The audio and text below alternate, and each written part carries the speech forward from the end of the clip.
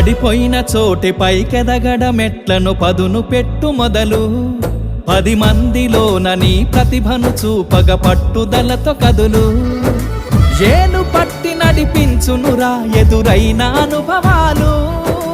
వేల ఏండ్లు వర్ధిల్లునురా నీ విజయ జ్ఞాపకాలు రాదురా ఏ విజయం నీ కోసం నా కోసం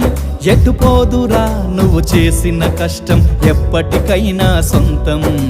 కాలంతో పయనించే వాడికి కానిది ఏముంది సాధనతోనే సాధ్యమవ్వునని సదాశయంతో సాగ